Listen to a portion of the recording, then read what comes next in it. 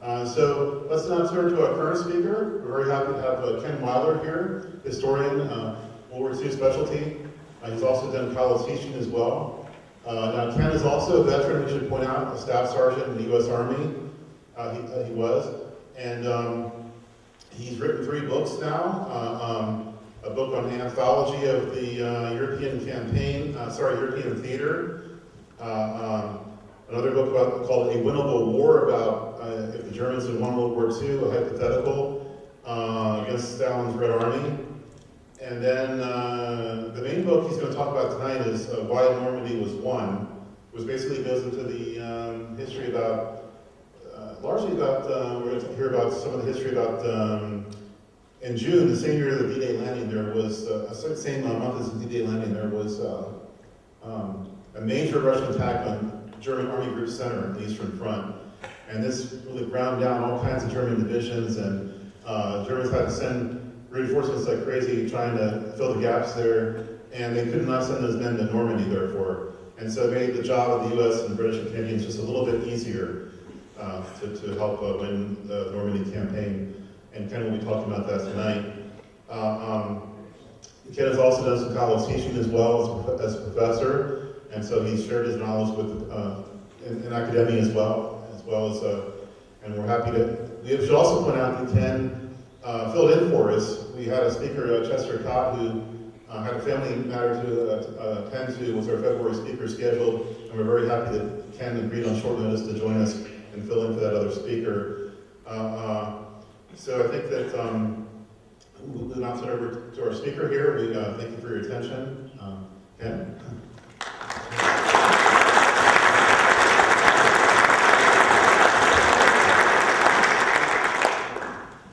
Good evening, everyone. And, thank you very much for coming. Thank you for the kind words from Kirk and Chris. When someone's talking about my bona fides, it always sounds so much better when they say it instead of me.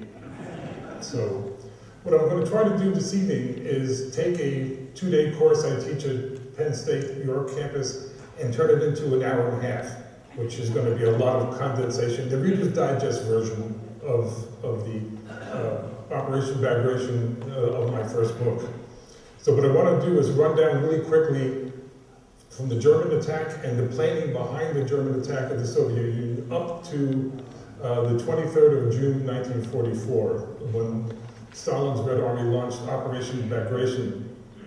Now, Bagration was a Russian general who was killed at the Battle of Borodino in the French invasion of Russia in 1812, hence the name, the Bagration. It's not one of your typical names that you would hear. It's definitely Russian, but I found out from a friend in Rome, Italy, it sounds much better in Italian. It comes Battigrazione.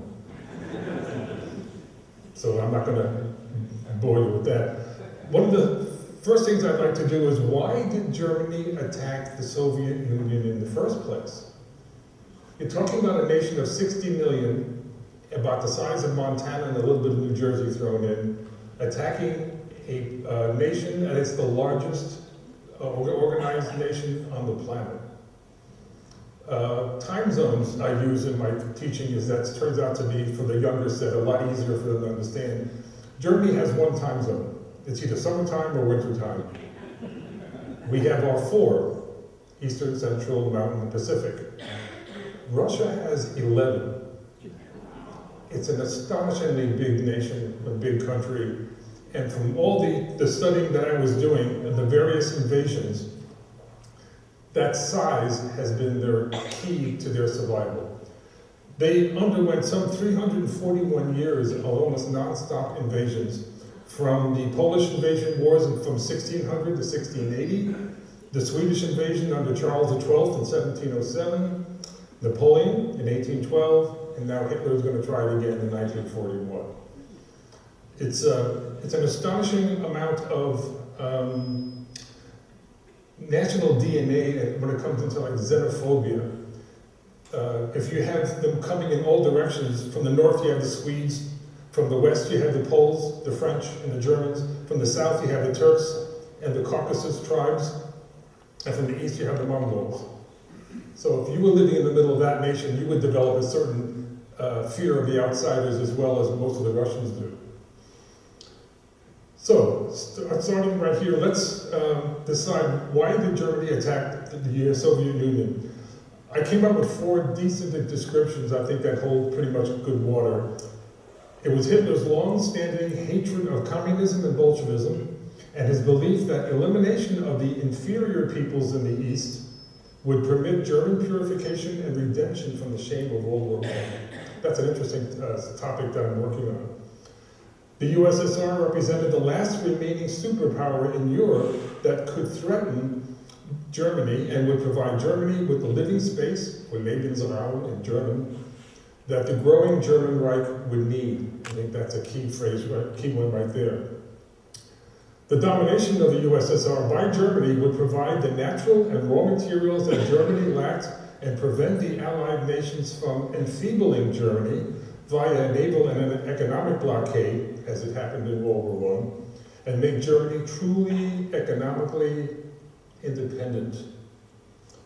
So that is really those 2 key things right there. You can imagine managing the Soviet Union under German management and not have to worry about where fuel, food, and slave labor is going to come from.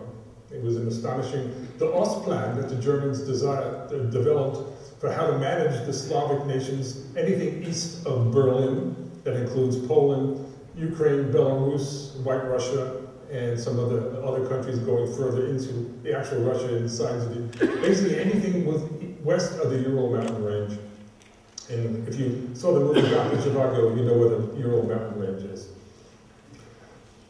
So, now what made Germany think that they could succeed against a nation so large?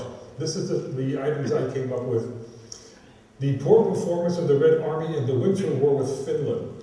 And Russia attacked Finland, a little tiny nation alongside northern Russia and Europe and western Russia, in November of 1939, and finally beat them in March of 1940. Now, who else but a nation like Russia would start a war near the Arctic Circle?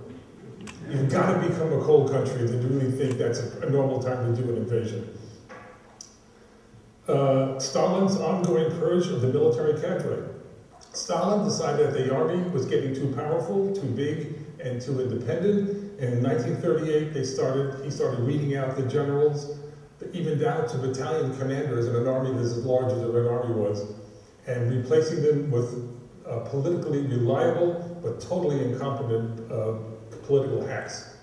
And they paid dearly for that in the first 2 years of the war after the German invasion. There was also an ongoing Red Army organization. The Russians realized desperately by 1940 that the tank was going to be one of the prime vehicles in any modern army. And they originally had tank armies, but they realized that the tank army for the existing Russian Red Army was way too big to manage.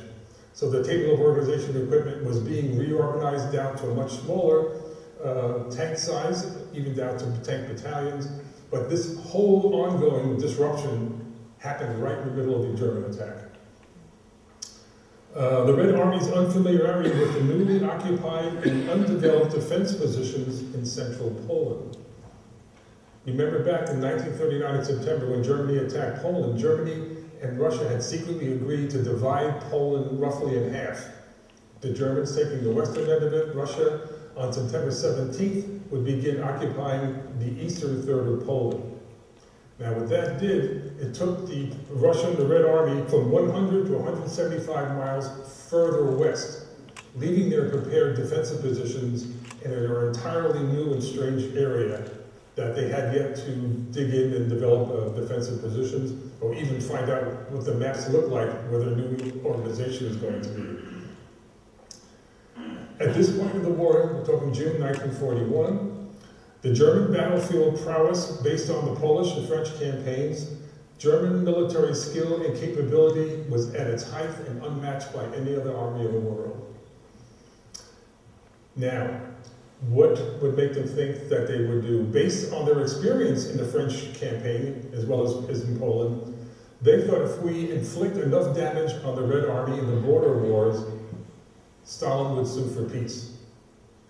That turned out to be the biggest misnomer that Hitler ever made. The expectations of the Red Army operating like the Western democratic armies with fair treatment, the Geneva Convention, honorable surrender, none of that pertained in the East. The East was going to be basically a war of two totalitarian nations. Neither of them were going to be in compliance with anything of any humanitarian nature. It was basically going to be a winner-take-all operation. So there's the rationale for the Germans thinking that they could really put this thing together and move along. Now I'm going to find clips and see if this thing really does work. Okay, very good. This is the opening scenario here. Okay, this is the Army plan. The original plan was basically to have a northern and a southern attack area, with a much smaller going to Leningrad and much smaller one assisting out of Romania.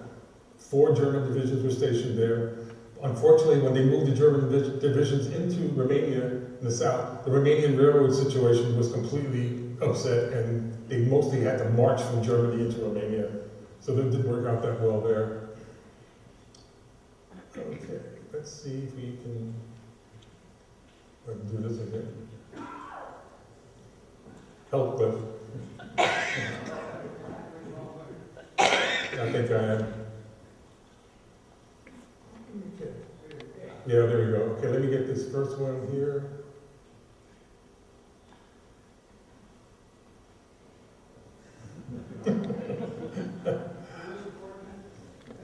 Yeah. It worked well an hour ago.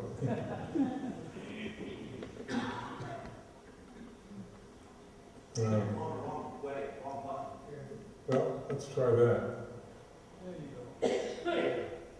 Okay. That's the initial approach. And then, thank you, the secondary approach, as you can see, the final targets being Leningrad, Moscow, but not much further than Kharkov. But Hitler urged them on to go much further. But this is the original army plan, so we could do this. This is the army reporting back to Hitler. And then finally, from Moscow and on to Stalingrad for the final campaign end of it. Now, this was the army planning to do this in 2 campaign seasons, not 1. They thought the distance that we're going to be traveling from Warsaw to Stalingrad is an immense distance. We're not talking about France, we're not talking about Poland, we're not talking about Belgium. This is the widening, they call it the reverse funnel operation. You can see where the border is, the heavy black line, and as the German armies moved east, Russia widens and widens and widens. So the attack density of the attacking divisions becomes thinner and thinner and thinner.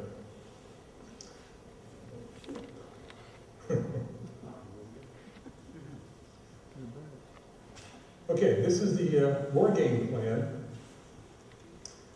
They decided to add another main attack function to a much stronger army group north.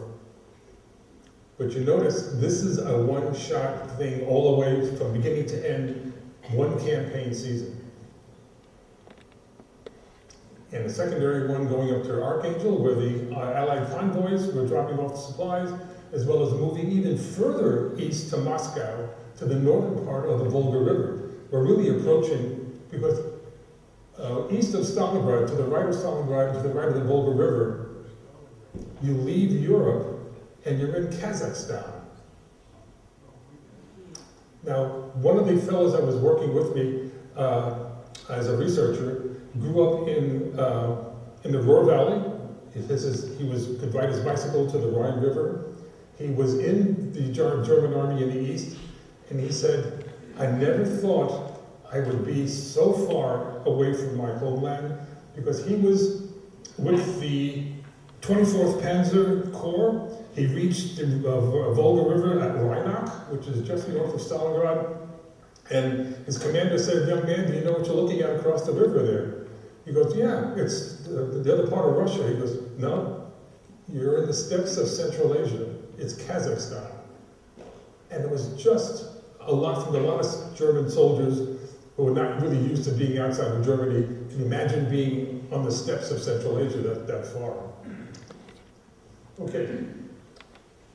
Let's try the final plan. I think it's going to be, if it comes up.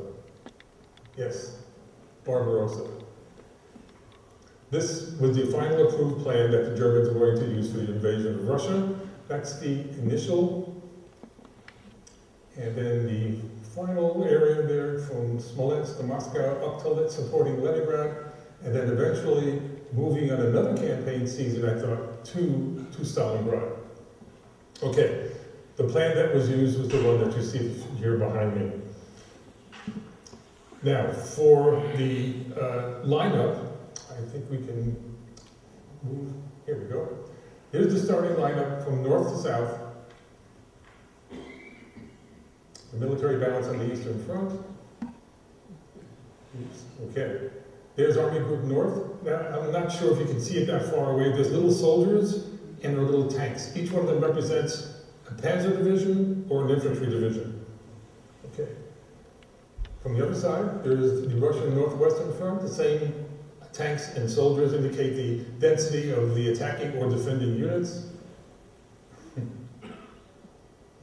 Okay. Army Group Center, much more units involved. Actually, it's 51 divisions, including 9 panzer divisions. The Western Front, defending against it, with Pavlov, 38 divisions, including 8 tank divisions. And we have Army Group South, including the 3rd Romanian Army under Demetscu with the 11th German Army, all the way down to the bottom of Moldavia into the Black Sea area. And defending against that was the Southwestern Front and the 18th Army. So there's your entire lineup of June 22nd, 1941. This is a 1,200-mile front. To put that into perspective, what we're more familiar with is probably the front in northwestern France, in Normandy. The Normandy front, as planned by Ike by the middle of May, was 50 miles wide. That was the amphibious landing zones in Normandy.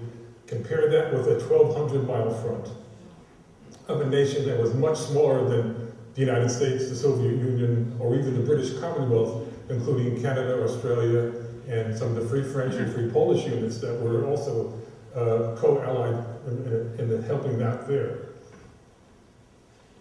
Okay. The German assault. Oops. This is the German assault area up until roughly July 9th, I think it is. These are the Russian armies that were initially encircled, primarily right here in the Bialystok encirclement in the Gorodich area. This was blitzkrieg writ large. This is what the Germans specialized in. Breakthrough, don't worry about the flanks, encircle the enemy, let the infantry destroy them. Move on to the next one, the next one, and the next one. And there you see probably the largest, let's see if I can put the Russians in here as well too. Yes. This encirclement right here, 662,000 captured Russian Red soldiers. It's just one battle. That's the immensity that the Eastern Front, to me, always captured my attention and really riveted, brought home who was destroying the German army in the Second World War on the Eastern Front. What other army in the world could take 660,000 casualties in one battle and still remain viable in the field to fight? Remember, total US casualties in the entire World War II were 418,000. It's an astonishing size of the country, and it shows you what a dictator can demand of its people with fear and patriotism. And it's really an evil mix of both of those together, the way Stalin used it. Let's see what we have. And then the final two advances. This finishes up around 30 September. of the initial invasion year. As you can see, they didn't come anywhere near they needed to of their initial plan. The German lineup, just to give you an idea here, was 135 divisions with 3.7 million men. Romania contributed 17.5 divisions, Hungary 2 divisions, Finland 17.5 divisions of 303,000 men. Finland was not an Axis partner. Finland declared itself a co-belligerent. I never heard the term before until I read it.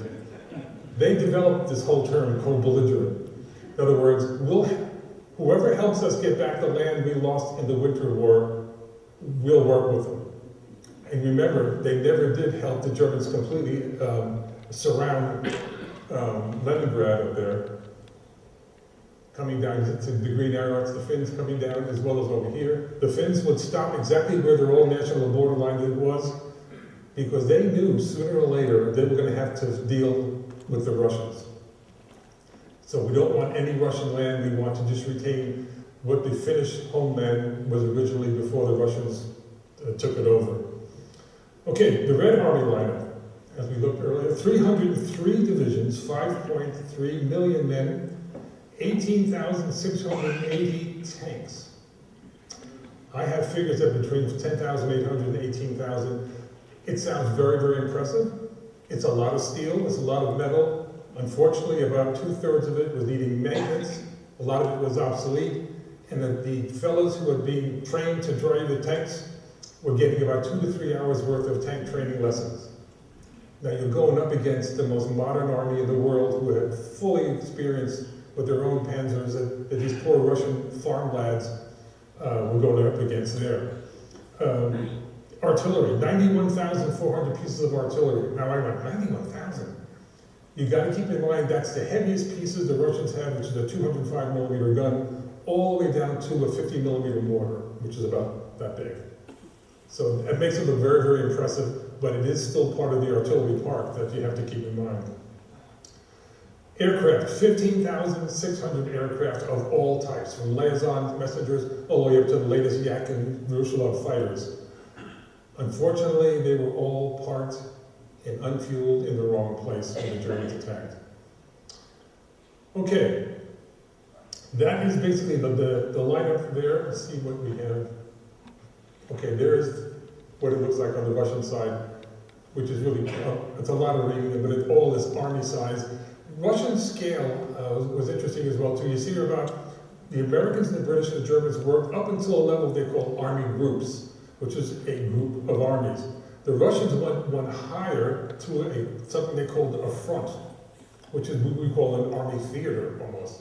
So what you really have here is armies that were grouped into 1, 2, 3, roughly 4 fronts. The southern one is not showing on the map there. Because the Red Army was so big, they had to really just keep expanding its TO&E table to make it work. So I'm going to go really quickly now. It's the German offensive. The German losses by period. Now this is what the Red Army was doing to the German Army. From September 39 to September 42, we're including a little bit of Poland here, 922,000 men were lost, 90% in the east. September 42 to November 43, that includes the Battle of Kursk, 2,077,000 lost, 90% in the east. November 43 to November 44, 2,970,000 lost, 70% in the east. November 44, remember this is now the invasion of Normandy had taken place in June of 1944, as well as the Italian front, as well as North Africa, all that builds into. So you notice the 90%, now we're going to 70%. December 44 to April 1945, the end of the war for the Germans, 2 million lost, 67% in the east. Now that 67%, and what is the east and what is the west? Because by April, both the Western allies and the Russian allies had basically squeezed Germany in half. There really wasn't much of an east and west anymore. It was a little bit of north, a little bit of Bavaria down in the Alpine area of northern of Austria. So total German losses for the period were 10,991,000. Now that is 7.9% of their population of 69 million. That's a lot of people, of soldiers lost. Red Army losses by the period. From June, the attack, June to December, at 6 months, 4,300,000 missing, 2,900,000 captured. 1942, 7,080,000 missing and captured. 1943, 7,483,000 missing or captured. 1944, 6,503,000. 1944 is basically the tipping point when the Red Army reaches German Army excellence and parity of combat effectiveness. So the Red Army is not no longer just pushing guys in front of machine guns that it seemed back in 1941 and 1942. They are becoming a much more professionalized army. Stalin is allowing the Russian generals to take care of more of the operations. He stopped meddling that he did in the first 2 years of the war, sending whole fronts into German ambushes and terrible losses. Basically, what's happening now is the command relationship between Hitler and Stalin is changing. Where Hitler didn't meddle at all in the first couple of years of the war, now he's getting more and more engaged because his panicking is setting in because Germany is starting to be pushed back. So you have Hitler taking more command and Stalin taking less. So it's kind of an interesting XY graphic, and you can almost see it moving along that way there. Okay, now, total Russian killed for the entire war, 28,199,000. Missing and captured, 10 million. Killed, missing, and captured, 38,207,000. That makes up 14% of a population of 168 million. That's an astonishing that a nation can have that kind of bloodletting and still be a functioning entity on the world stage. Because now, Russia was always the Eastern Coalition partner of the Western Allied Coalition. Russia was the counterbalance to bring the pressure against Germany from not only two directions, as well as the north, coming up from Italy from the south. And if you add another front, how about the Anglo-American aerial bombardment by the 8th Army Air Force during the day, and British Bomber Command destroying German cities at night. So you have a really fascinating, utterly compelling, to me, area of learning about a part of World War II that most Americans are at least not available or aware of. And that primarily it deals because we have a lot of misunderstandings back in the early part of the war. Is Russia went from our enemy to our friend for 4 years and back to our enemy by 1946. Talk about whiplash. Political, economic, military whiplash, that's it. And you had 15 years of Cold War. There was nothing coming out of Russia, nothing, and most of the Americans' understanding of the war in Russia was being published and written by ex-German captured generals. And most of that writing was exculpatory because, remember, Hitler was responsible for everything, not the officers, whatever. So that is a really difficult part of trying to do research in the Eastern Front and finding something that has either been translated without any bias into American or even British English and being able to learn from it. So one of the things I wanted to do was add to that corpus of knowledge. I've been writing my own book about why the Eastern Front was so important, and now I'm going to get to the part where the cover of the book was showing you is what could Russia do to ensure Ike's and Montgomery's success on the gravelly beaches of Normandy in May of 1944. And we know what happened about the weather. Their biggest fear, and this is the crux of the Allied fears, the Allies were aware that the German National Railroad, Deutsche Reichsbahn, DB, it's much easier to say it that way, its ability to rapidly move whole divisions from front to front, especially the panzer divisions, the European railroads, especially the German and French systems, were amongst the most modern and extensive in Europe and were still capable of moving large military units despite almost constant Allied bombardment. As of July 1944, this is a month and after Normandy now, the Deutsche Bahn, the railroad, still had 34,500 locomotives available, 1,200,000 freight cars of all kinds, and running on 78,879 kilometers of track. Now, before the war, they realized how important this rail movement is to being able to maintain their armies or wherever they may be. Before the war, to ensure 24-hour reliable service, the DB established emergency repair trains consisting of some 1,600 men each, and also utilizing, after a while, POWs to help. They were given top right-of-way passage and were equipped with all the tools and equipment to make any kind of repair to the tracks and roadbed, as well as signaling equipment. They were kept in constant readiness at all times. Repair materials were stationed at secret locations along all the rail lines.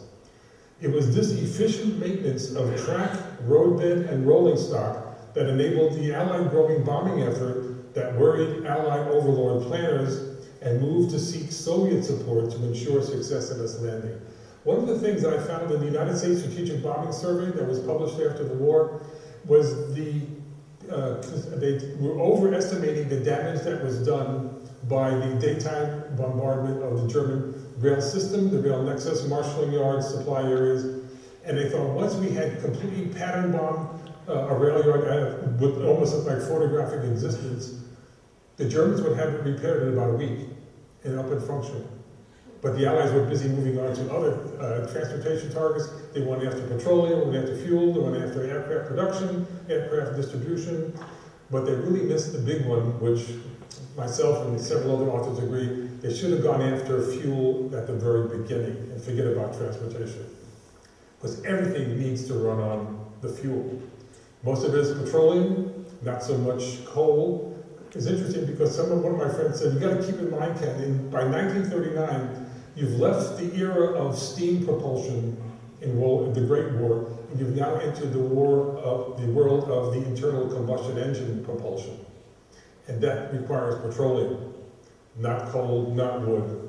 And that takes the bombing targets, the target scale, and moves it really narrow, because Germany really has almost no petrochemical whatsoever, but they did develop some what they call coal gas operations. There's one plant that was almost constantly bombed by the Americans. They were taking the coal, what they call cracking it with chemicals and heat, and producing a rather low octane gasoline that made the tanks work. The aircraft was another whole problem. They were still using 87 octane high fuel for their aircraft engines.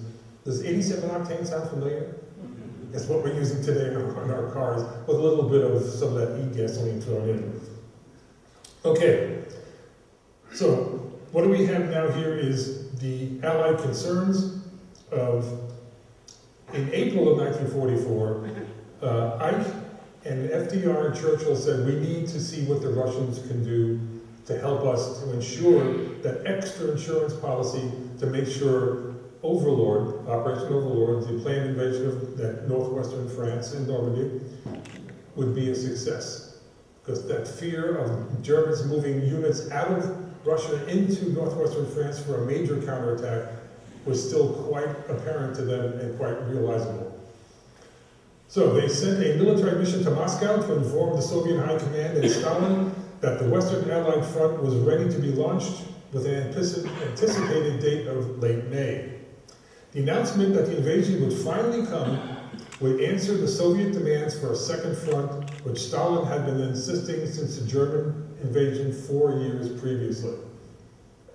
With the announcement of the invasion date was a request of what could the Red Army do to ensure success of the amphibious invasion in northwestern France.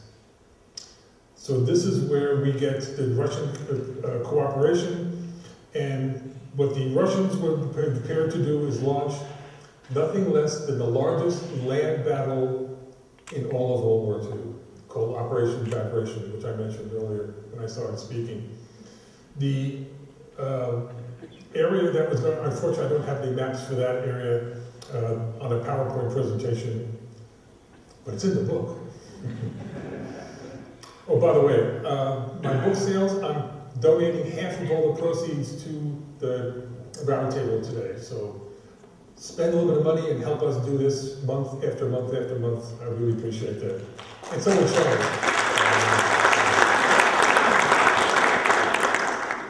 One of the interesting features I went over real quick was the Battle of Kursk, the largest tank battle in the world. I came across an interesting quote that I used in my book from General Heinz Guderian. General Heinz Guderian became, with a fallout from Hitler, because he kept telling Hitler that the German army was way overextended. So Hitler took him off command and made him inspector of panzer troops. So he was brought into the planning operation, but he's no longer in the field command. In a meeting he had with Hitler, he said, how many people do you think even know where Kursk is, mein Führer? It is a matter of profound indifference to the world whether we hold Kursk or not. I repeat my question, mein Führer, why do you want to attack in the east at all this year? That was the loss of the great German, would have been a counterattacking mass that would have stopped the Red Army probably and pushed the war into 1946 in the east. But Hitler squandered it away on the, if you want to put it that way, with the operations around Kursk, the largest tank battle in World War II, which basically became a battle of attrition. The Russians just ground them down to the point where Hitler called off the attack. Primarily, the Allies invaded Sicily. This is August 1943 now. He was afraid that the Italians would fold, which they did in 1943, and it was time to bring back some of the armed might out of Russia into the southern part of Europe and start keeping an eye on the Italian nation to see what they were going to do. So that ended Kursk, and now we move into 1944, which is the Operation Bagration I'm going to talk about. So, one of the things that was of the importance, let me move my papers around here so I get the right area. One of the things I just failed to mention is I mentioned the rail gauge conversion. Russia has an interesting rail gauge. It's 5 feet wide. The rest of the world uses a rail gauge of 56.5 inches and not 60. There's a 3.5-inch distance of wider Russian rail gauge that as the German armies advanced kilometer by kilometer into the east, they had to stop and move every rail on the Russian rail line 3.5 inches in and rebuild it. Talk about slowing the logistics down. What they were hoping to do was basically capture a lot of Russian rolling stock rail area and be able to just commandeer the Russians and move it into the area that they wouldn't have to worry about using German stock. Well, the Russians, with their industrial relocation, if you're familiar with that, basically, as the Germans advanced out of Poland and into the Ukraine, the Russian factories were literally put on rail cars and moved east. Stalin said, when your factory moves, if you work at that factory, consider yourself part of the machinery, and you're going with it. Sometimes they were rousted out of bed at 3 in the morning because their factory had just been put on 35 rail cars and it was leaving for the Ural mountain range at 6 in the morning, and you better be on that train. So what they did, the rolling stock and the engines and everything else was brought with the Russians as they evacuated, and the Germans had to use their own rolling stock and move the tracks in that 3.5 inches. What had happened in that first winter of 1941 to 1942 turned out to be the coldest Russian winter in 40 years. Now, I don't know if you've seen pictures of the Russian German soldiers walking around with scarves that were stolen from Russian women in the houses, straw over boots to keep their feet from freezing. In that first season in Russia, there were 100,000 amputations. 100,000 of third-degree cases of frostbite and 50,000 amputations. Mostly feet. And a soldier without feet is no good for anybody. But in fact, he becomes a burden on the medical system that should be kept in the field. So, the Germans started using their own steam locomotives and their own sun. Well, guess what happened when the temperatures got to 45 or 50 degrees below zero? European engines were not made to withstand temperatures that low. And the coal they were burning was soft Russian brown coal, did not generate enough BTUs to keep the steam up, and literally the boilers burst. All that German rolling stock they brought in was useless by the almost January or February of that first winter. The Germans were learning the hard way, this is not Europe. This is the borderline of Central Asia. The weather conditions, the military conditions, the meteorological conditions, everything was different here. This was a different type of war, which to me makes it very compelling. You have to almost look at it with a completely different historical pair of eyes to understand, what these guys were going through. Okay, Operation Bagration. What the Russians were going to do was nothing less than tear the heart out of the German army in 1944. Not quite sure about those allies on the west going to do this amphibious invasion. Stalin thought with this rookie American army, and look how bad they screwed up at Sicily, and they just barely made it onto the Italian area in some of the landings there. They really thought an amphibious invasion in the most unpredictable body of water in Western Europe, which is the British English Channel, was going to be a failure. So on June 6th, when the Allies started landing, Stalin hedged his bets. Let's see if the counterattack that the Germans launched is effective. Well, it wasn't. And Stalin said, I think this is going to be a go for those guys. Good for them. But hold on, we're going to launch our attack on the 23rd of June.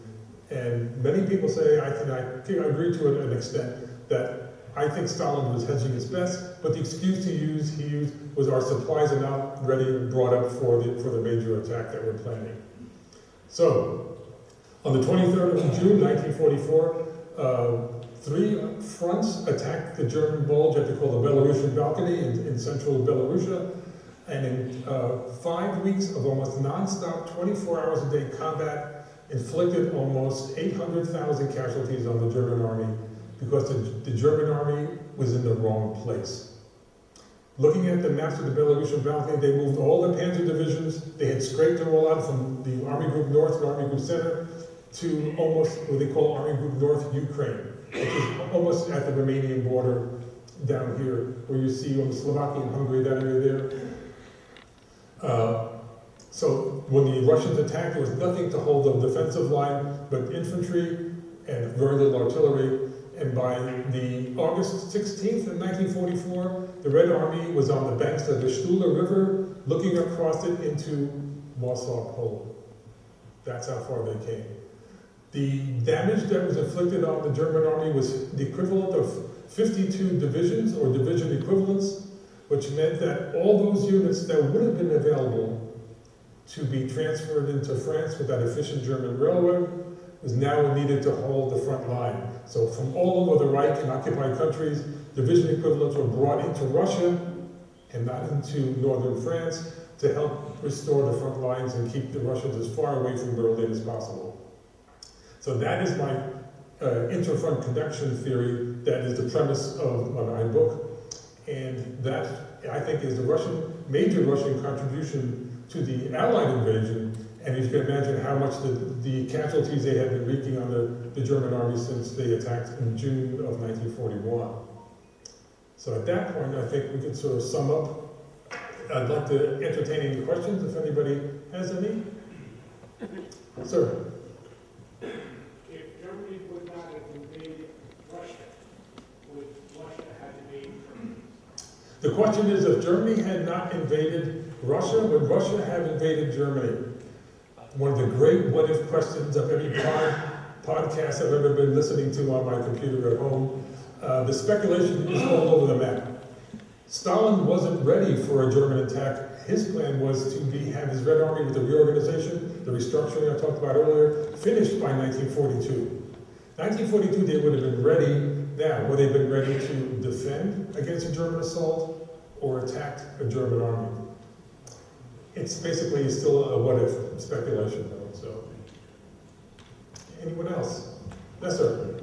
Mr. Weiler, were German and Soviet divisions roughly the same size, or was there a big difference? Okay, the question was, were German and Russian divisions roughly the same size? The answer is no. Remember, Russian infantry divisions are called rifle divisions, and everyone else calls theirs infantry divisions. Kind of a standardization, but a uniqueness to the Red Army, because the infantry divisions basically carried rifles, and the Russians looked at it to be that the most common sense. Now, a Russian standard division of 1941 is completely different of a Russian rifle division of 1945. All through that 4 or 5 year period, the numbers went up and down, up and down, up and down, based on basically waves of reinforcements, traditional Russian training methods. The German training methods were much more extensive and kept soldiers back in the Reich, training them for much longer periods of time. But what you do have is a general decline in Russian size. As a matter of fact, by the time they're ready for the Battle of Berlin in April of 1945, Stalin was reaching all over the place to bring up, even to the steppes of Central Asia, new raw recruits and put them into the divisions because they had been bled white almost by the time they got to the German border in East Prussia. Now, the same thing was happening on the German side. Their German units were basically either very young soldiers or very old soldiers, or a lot of Hitler youth that was brought out. And basically, the German armed forces were cannibalizing themselves. All the training units, all the resupply units, the hospital units were all becoming soldiers, frontline soldiers, which had no training for infantry combat whatsoever. It was basically just throwing men against, Russian machine guns. Yes, sir. Were the Russians using the T-34 tanks at that time, and what were they going against the The question was the Russians using probably the world famous T-34 tank? It was introduced in 1940, really late. Production didn't get started up until the 1941, January, February. The T-34 tank, if you're not aware, was a really record-breaking vehicle because it introduced 3 or 4 new design features that no other armored vehicle in the world had. But from that point on, every other army in the world copied. The primary thing was sloped armor, a large main gun, diesel propulsion. Remember that frozen weather the Russians have to worry about. Wide tracks, so you don't sink into the soft soil, and modernizing production to keep it as simple as possible, so even somebody with a few hours training would be able to operate the tank. So that is basically, now, at the 1941, the Germans were primarily, their main tank was the Panzer III, armed with either a 50 millimeter gun, some of them had their older 37 millimeter. They did have a Panzer IV with a 75 millimeter with a short howitzer, because that was considered an infantry support tank. You don't get to the fancy, sexy ones until 1943 with the Panther, the Mark V, and then earlier that year, in 1943, you have the arrival and appearance of the Tiger, the Mark VI. And then by late 44, you have the Tiger B, which is the more sloped one, the heavier one of 57 tons, with the 88 millimeter gun. What was the armament of the T-34, 76.2 millimeter main gun. The Germans call it the crash bang gun. The velocity of that gun was so fast, the shell arrived before they heard the gun being fired by the Russians. And that velocity makes a tank gun very deadly. You don't have to have a really big one, but you have to have the projectile flying very, very fast. And I already know because I was a tanker at Fort Knox in 1968 with an M48, cleaning that main barrel. Yes, sir. The question I have for you, how can a nation of 60 million people conquer Europe? Well, apparently, as they were conquering these countries, including Russia, they were enlisting the people that lived in Russia to fight against themselves and also to defend, same thing with Poland, same thing with Bulgaria. And that's where they, of course, then they took slave labor from everywhere, and they were using slave labor and conscripts and volunteers. That's how they pooched out. Am I correct in that? To an extent, yes. And I wonder how many casualties those conscripts, non-Germans, now once you start saying, well, it was 7% of Germany, I wonder what all of it combined would be, the total loss. Okay, well, you're starting to work on my 4th book. is what was these Axis nation casualty figures and the military effectiveness as an ally of Germany or the German Reich? So I'm still working on some numbers, and the problem is dealing with facts and figures, especially from former Warsaw Pact nations and Russia altogether. One of the things I encountered, the most difficult thing, is not only translating Russian into American English, but getting anything out of Russia for a while. Now, when Gorbachev was the secretary of with his glasnost and perestroika, the openness and restructuring, the libraries and research centers opened up, and it was the good days for any kind of Western historian, myself included. But about 1996, 1997, my friend Ilya, who was helping me, had said, "Ken, we've got a problem." I said, "What is that? You need more money?" He said, no, it's not rubles, it's Putin. I said, what's Putin want from me? He doesn't want anything from you, but he's closing up all the researchers, especially dealing with Westerners, and most specifically with Americans. So the great happy days of all the research I was able to be done, the doors were closing again, and I said to him, "What happens now?" He goes, "Well, he's very happy to assist with writing the history of the Great Patriotic War. The Russians never called it World War II. It was the Great Patriotic War. The Russians said, we know how to fought the war, and we will write its history." Now, if anyone's ever looked at a translation of the Great Patriotic War, and this looks like the Encyclopedia Britannica, it's like 14 volumes, and it's literally detail of every action, but it's really exculpatory. The Red Army was always victorious. Stalin was always wise and caring and compassionate. So the really only useful volumes were 13 and 14, which were the maps that were in the back of that whole thing. And Russian maps were first class. As a matter of fact, the Germans, when they would capture a Russian command post, the first thing they went after, besides the code books, were Soviet Red Army maps, because the German maps were so poor and so inaccurate. So I hope that answers your question. I just think it's realized that the Nazi and German army was comprised of many nations. Read the first chapter of this book. Because when the Allies got ashore in France, what are Indians doing here? What are Thais? What are Bulgarians and stuff like that in German uniforms? They had conscripted all of Europe and part of Central Asia into the German army as impressed soldiers, not volunteers. Even some of the later Waffen-SS divisions, numbers 26 to 35, are all foreign conscript units, very, very unreliable in combat. So there is a good point. Didn't the Russians reenact a battle so that they could film it over some kind of a frozen lake somewhere?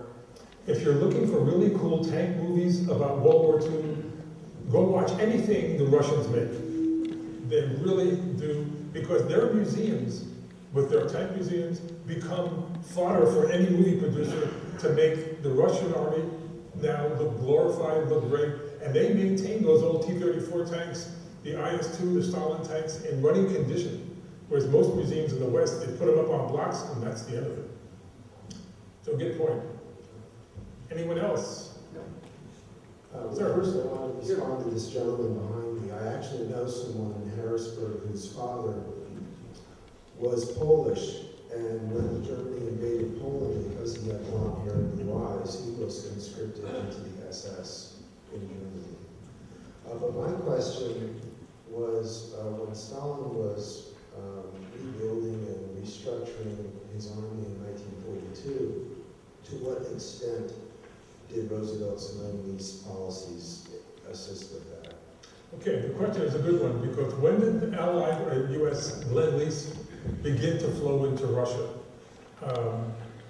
In 1941, in June, when Germany attacked Russia, one of the first cables, an old-fashioned word for telegram, received in the White House from Winston Churchill, which said, "Dear Franklin, the Nazis are at it again. I've got good news for you. They're going against the Reds, and not England."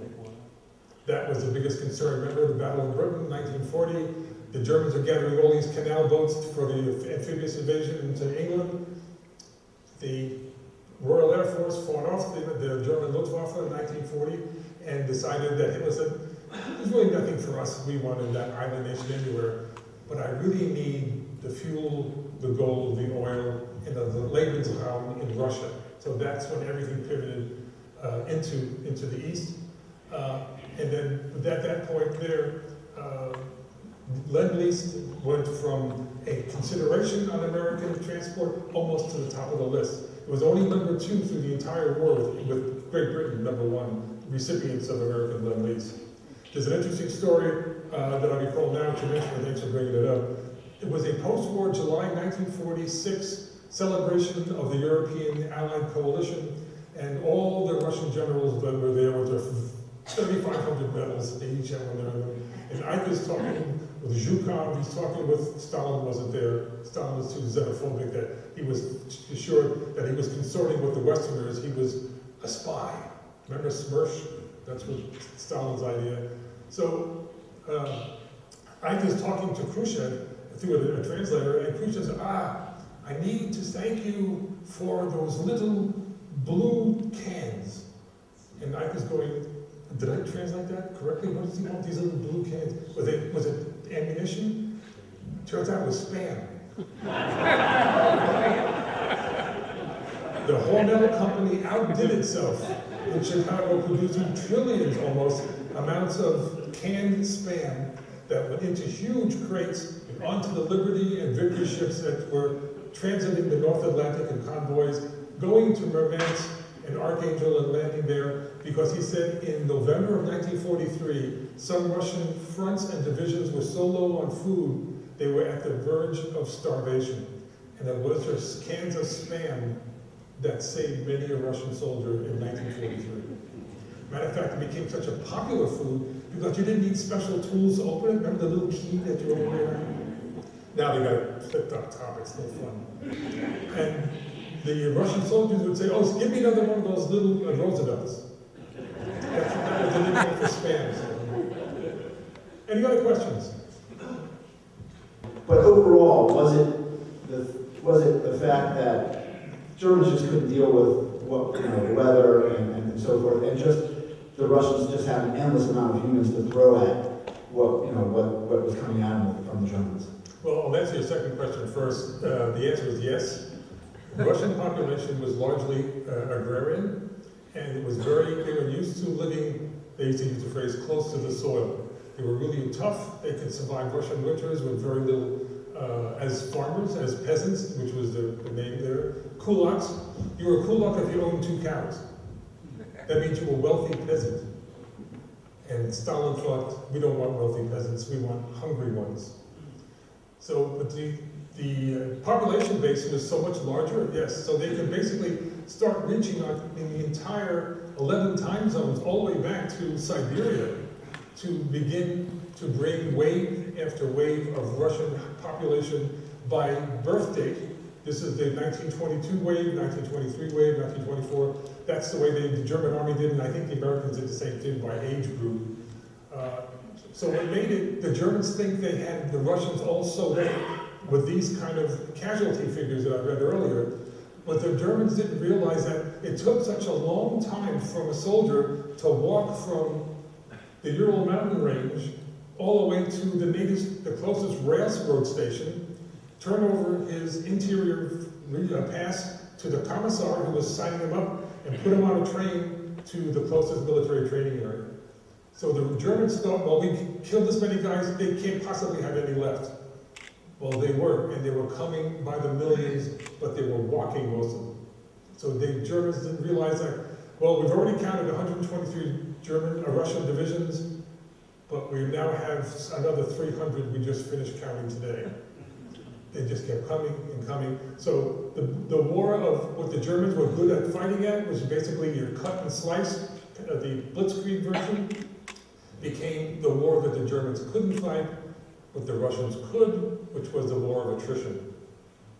Manpower, blood, ammunition, tanks, aircraft, rifles, all the way around. The Russian army, now with Allied support in the form of food, raw materials. There's another interesting story about when the Russian marketing committee went over to Washington to talk about the next Lend-Lease program, because they did it in stages. because the Americans and the British knew that as the war went along, the Russians won't need the same thing they needed 2 years earlier. So one of the first things that the Russians started asking for was not Sherman tanks, not B-27, or not B-17 bombers or B-24s. It was railroad rails, it was cloth, it was leather, it was rubber, it was underwear. But don't you want our weapons? He goes, to be nice after all, they're our allies now. We looked at your Sherman tank, which you called your heaviest tank. Our T-34 is better. And it was. But even later on, in 1943, a good quantity of Mark IV Shermans was put on the list. The Russians wanted to compare our American medium tank against their T-34. Plus, they couldn't produce enough T-34s because the main plant that produced T-34 was that little city on the Volga called Stalingrad. And the Germans had bombed it to bits. They lost production there, so they were looking for tanks any place that they could find them. And they really liked the M4 Sherman when it came along, because this tank really is reliable. It's roomy, it's a little high, so it's a pretty good target for the Germans, but it's comfortable, and the machinery works well, except this engine that you got burning gasoline. They got to do something with that, but they never did. The Americans burned gasoline all through the war, just like the Germans did. The Russians decided diesel is the best for our needs, primarily because of the extremely cold winters.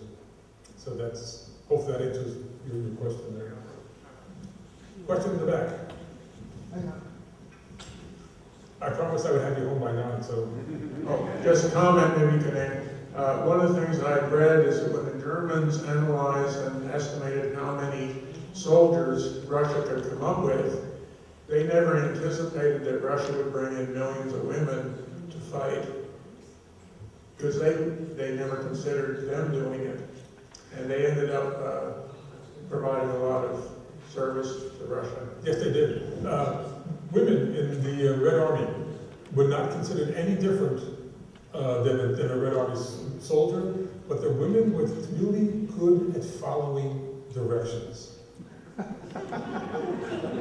What happened? Well, I have to ask the Russian women. One of the things they were good at, which the soldiers turned out to, they had very long, they were very patient. They made excellent snipers. They could sit in a barn, in a loft, in a roof, or a hole, and wait for days, in some cases, for that headshot to come along from a German soldier who thought he was safe. Some of the, I think Anatolia Krishneta is a Russian sniper in Stalingrad. She became an awardee of the Hero of the Soviet Union and Order of Lenin, which is the equivalent of our Medal of Honor. 362 dead Germans from one person. And she was a really good-looking 17-year-old. Armed with nothing more than a Russian rifle with a 4X scope on it. Another thing they were very good at was fighter pilots. They were very good fighter pilots because Russian planes are very small, the women fit into them comfortably, and they were really hungry to kill the enemy that was invading the Rodina. The Rodina in Russian means the motherland. They felt personally violated by having to move my house. I lost my brother to the Germans. I lost my father to the partisan movement because he was Jewish. It was just, they were very hungry to get back at the Germans, and they made very, very good snipers and pilots. And another thing I just found interesting is my friend was talking, you should see the park in Moscow, they call it Red Park. All the old guys from World War II come out and sit in the benches in the brief summer sun in Moscow in the summertime in July and August, and their chests are covered with medals. But they weren't soldiers. They weren't airmen. They weren't even naval personnel. They were factory workers. The Russian factory worker was considered a part of the military because the Russian armaments factories were militarized out of private, or you might say nationalist, ownership. So if you exceeded production quotas, if you exceeded quality checks, and all those other things, they were a whole series of medals for nothing but war production for the factory workers.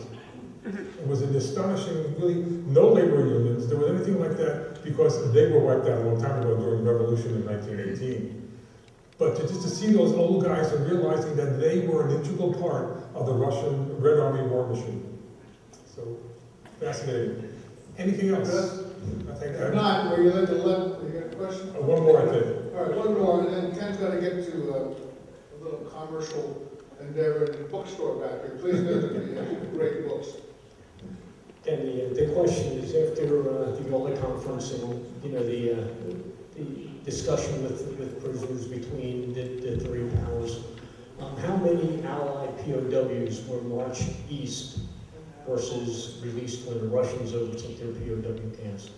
You mean Allies captured by the Russians? Yeah, when the Russians were liberating the part of, you know, parts of Poland and things like that, where You mean like the concentration camps? And well, no, the the POW camps where the Americans and British were.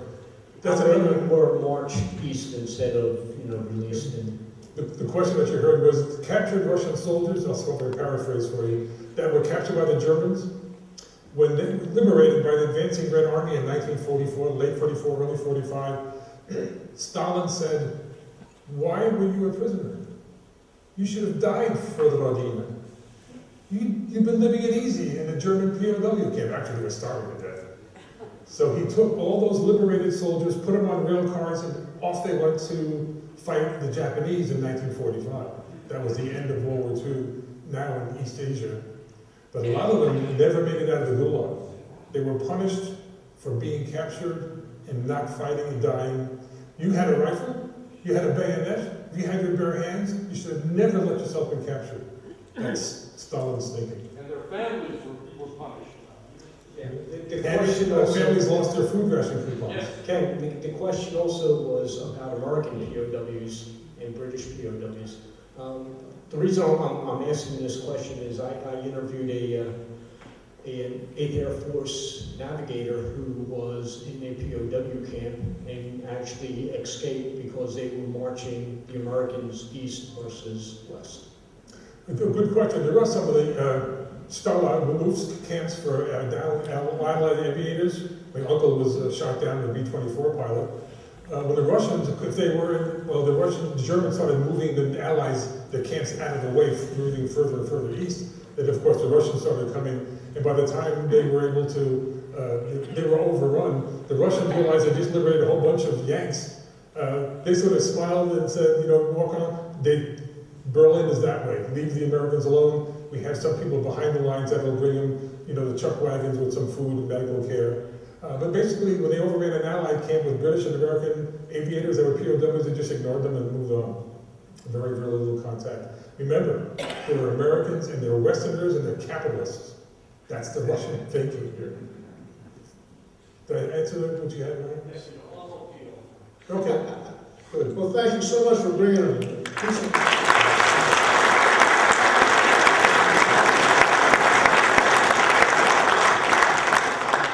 For bringing a piece of the war to us that we haven't heard much about. You know, we know about West Germany, the Pacific, etc. This is very interesting. This is staggering, the number of people involved. Yes, it is. Thank you very I much. wish we could write a whole book about just the logistics of feeding and clothing. Yeah.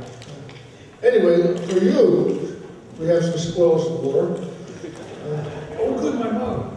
Your mother. That's the reason I came here in the first place. There you are. There you go. Only very much.